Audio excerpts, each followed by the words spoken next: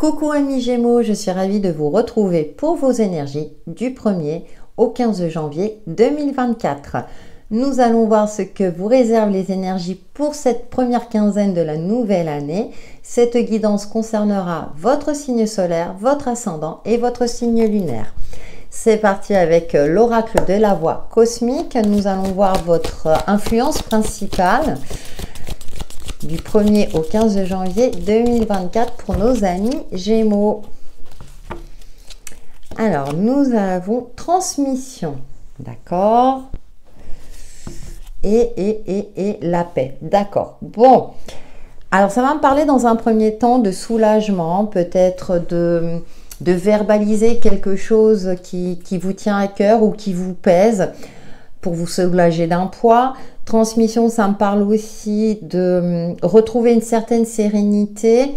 Peut-être que vous allez transmettre votre savoir à vos enfants, transmettre, ça me fait penser aussi, transmettre une entreprise, par exemple. Vous faites le nécessaire de votre vivant pour, voilà, dans l'éventualité d'eux, hein, voilà, vous vous occupez de votre héritage, par exemple.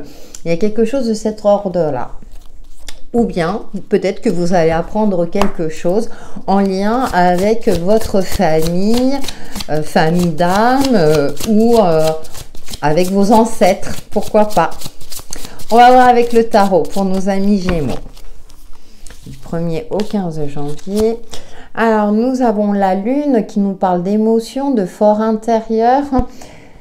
Peut-être de quelque chose de caché, de quelque chose qui demande à être exprimé. Ça peut me parler aussi, pour certains d'entre vous, de vos projets. Ouais, la 9 de denier. Donc, ça va plutôt me parler de projets que vous avez au fond de vous, mais que vous n'osez pas encore dévoiler. Ou bien vous êtes encore en mode réflexion, est-ce que ça va fonctionner? Donc comme on a le côté émotionnel, avec cette 9 de denier, il y a la promesse quand même d'une réussite et d'un épanouissement personnel. Et on a la grande prêtresse qui nous parle d'intuition, donc deux arcanes majeures et des arcanes aussi intuitifs, parce que dans la lune, dans la carte de la lune, on retrouve ce côté intuitif, et elle avec la grande prêtresse également. Et on retrouve ce côté caché, donc quelque chose que vous allez que vous allez établir pour vous-même. C'est-à-dire que peut-être que vous avez un projet ou une envie. Il y a quelque chose en fond de vous que vous avez envie de mettre en place concrètement dans la matière, mais vous allez rester discret ou vous allez le faire seul, sans forcément en parler autour de vous, comme si vous aviez peur qu'on attire la jalousie ou que ça compromette vos projets. On a quand même le hiérophante, donc on a un petit peu de communication malgré tout, mais alors peut-être qu'il peut s'agir d'une reconversion professionnel notamment, ou bien se former dans quelque chose qui vous plaît, ou bien enseigner. On a encore la carte de l'enseignement, cette carte aussi de transmission. Le hiérophante, comment dirais-je, est le point du milieu, c'est lui qui fait le lien entre le ciel et la terre, qui transmet les messages, et là, il est sous la forme d'un enseignant. Donc, on a cette notion peut-être d'enseigner ou d'être enseigné, par rapport à soit quelque chose de nouveau ou quelque chose avec lequel vous réfléchissez depuis un certain temps. J'ai l'impression que vous allez faire votre petit bonhomme de chemin. Nous allons voir avec le petit Mademoiselle Lenormand. On va creuser tout cela. Mais il y a quelque chose de très discret, de très caché, de très secret. C'est comme si vous gardiez ça en vous. Le 9, c'est le projet en gestation aussi. Donc... vous comptez que sur vous-même quelque part, même si vous allez vous former, mais j'ai l'impression que vous allez commencer les démarches que vous effectuez, vous les faites seul de votre côté. Alors, on va voir. On a l'encre qui nous parle de stabilité, mais qui peut nous parler avec la lune là d'un certaine forme de blocage, d'une certaine forme de lourdeur. Il y a quelque chose qui est pesant. Et c'est comme si vous aviez besoin de vous libérer de quelque chose. On a l'anneau, qui nous parle d'union, de partenariat. Alors, vu le contexte du jeu, c'est un contrat avec vous-même. C'est comme si vous faisiez la promesse d'y arriver, de réussir par vous-même. En plus, je viens de remarquer là, le personnage a un livre, hein, donc il y a encore cette notion de formation. Donc, avec l'anneau, ça me parle plus de se former. Quand on parle de contrat, c'est pas forcément signature d'un contrat professionnel, ça peut être aussi vous avez signé des papiers pour vous former à quelque chose, ou bien exercer une activité indépendante par exemple. Et nous avons le renard qui nous parle aussi quelque part de discrétion, d'avoir le sens de l'observation. Ça peut concerner le domaine professionnel, c'est pour ça que je vous invite à regarder votre ascendant et votre signe lunaire, hein, si ces messages ne vous parlent pas, mais d'agir au bon moment. Donc vous êtes en pleine réflexion, et puis c'est vrai que la grande prêtresse, elle est aussi en formation, elle apprend, elle est en mode apprentissage. Bien sûr, on est dans le côté plus spirituel, donc pourquoi pas pour certains d'entre vous former à des, comment dirais-je, à des activités en lien avec la spiritualité. Mais vous voyez, il y a cette notion aussi de stratégie. Donc, il y a vraiment quelque chose de très discret, de très secret qui est lié à vous-même. Donc, à vous de voir que vous n'allez pas partager avec les autres. Hein. C'est vraiment ce côté-là. C'est comme si au fond de vous, vous êtes appelé à faire quelque chose, mais seul. Et puis, on a le jardin qui nous parle d'ouverture, d'opportunité, mais peut-être aussi de sortir de ce mode de discrétion. Même si parfois, il est important de faire ce travail introspectif, de faire les choses par soi-même. Hein. On dit souvent, on n'est jamais aussi bien servi que par soi-même. Cependant, restez quand même ouvert aux autres, ouvert à différentes situations, à différentes possibilités. Hein. Ne restez pas enfermé dans quelque chose. On ne peut pas toujours tout faire tout seul, voyez. Donc, ce sont des énergies, je dirais, un petit peu de dualité, mais avec votre signe Gémeaux, hein, vous êtes plutôt un signe ambivalent. Donc, ça se retrouve dans ces énergies-là, c'est-à-dire que vous êtes plutôt sociable, mais en même temps, sur des choses qui vous tiennent à cœur, sur des choses un peu plus profondes, vous êtes plutôt discret et replié sur vous-même quelque part. Donc, on vous invite effectivement à faire ce que vous souhaitez, avec une forme, je dirais, en ayant le sens de l'observation, en vous écoutant, certes, mais gardez à l'esprit qu'il est intéressant de rester ouvert. Nous allons... peut-être aussi que vous voulez éviter tout ce qui est conflictuel avec la carte de la paix, quelque chose de cet ordre-là. Bon, on va voir avec le grand oraclisé, parce que j'ai même l'impression que vos énergies sont un peu cachées. C'est comme si on ne voulait pas que j'en dise trop. Peut-être que vous savez de quoi je parle. Bon, écoutez, il y a la notion de victoire, de réussir à faire quelque chose. Ah ouais, les risques, d'accord. Vous ne voulez pas prendre de risques inutiles. Ouais, alors moi ça me parle d'addiction, hein, pour moi. Ah ouais, vous voyez, il y a quelque chose de très discret. Vous voulez vous en sortir par vous-même.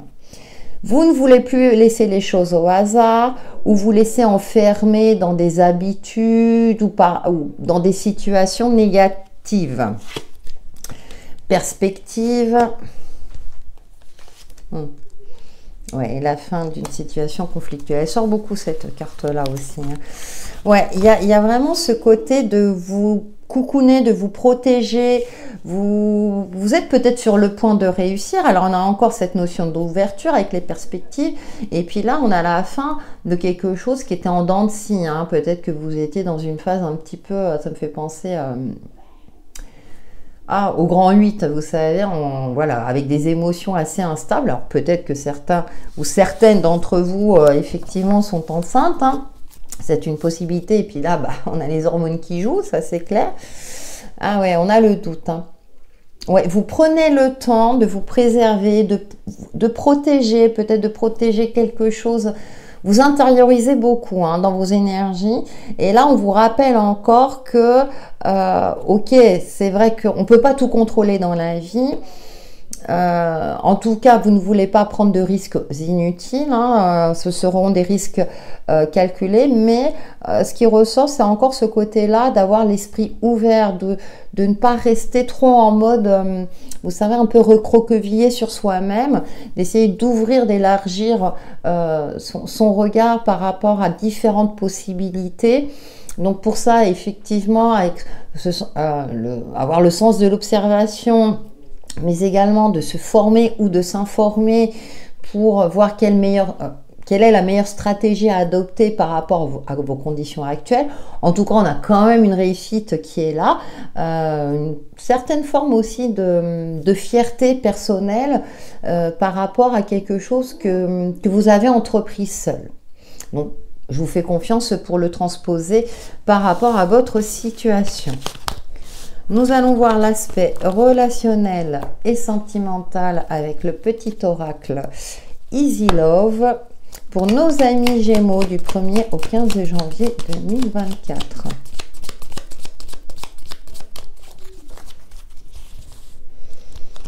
Alors, nous avons la communication. Ok. Le volcan. Ah, communication difficile au niveau relationnel. La boule de cristal. Ah, votre intuition vous parle. Ouais, c'est la jeune pousse. La rivale. Ouais, il y a une communication assez difficile. Alors, peut-être avec une personne, au niveau de votre entourage ou au niveau pro.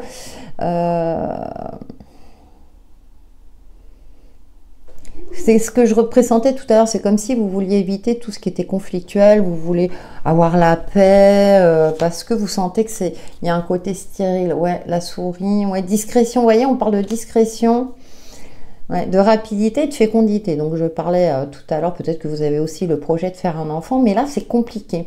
Il y a quelque chose, hein, c'est intéressant parce que vous avez plusieurs couleurs. Heureusement, on a le jeune pouce, mais je sens encore ce côté de seul. C'est-à-dire que vous allez peut-être ce que vous allez mettre en place ou vous allez le faire par vous-même. Parce qu'avec la rivale et le volcan, on sent un côté où vous parlez pas de ce qui vous tient à cœur tout simplement pour éviter tout ce qui est conflictuel ou bien parce que vous savez pertinemment que là où les personnes vont vous décourager dans votre quête du bonheur, dans votre projet, dans ce que vous souhaitez entreprendre ou dans une relation. Peut-être que vous avez commencé une nouvelle relation, alors amicale ou sentimentale, mais qu'autour de vous, certaines personnes ne le voient pas d'un bon œil, par exemple. Hein. Par contre, avec la boule de cristal, hein, vous avez le côté intuitif qui ressort, en plus avec la grande prêtresse, donc il y a peut-être aussi une évolution spirituelle, intuitive pour certains d'entre vous, et du coup, vous êtes dans une phase de transition parce que parfois, quand on évolue dans ce domaine-là, ça peut effrayer, ça peut être effrayant, ou bien on a l'impression que on retrouve plus ses marques. Donc, essayez de travailler au mieux sur votre ancrage. Bon, on nous parle de protection. Donc là, je pense que voilà, vous êtes... moi, la protection, là, je la ressens vis-à-vis de vous-même. C'est-à-dire que vous vous protégez de ce qui est néfaste, vous évitez les situations ou les relations négatives ou qui vous apportent du négatif.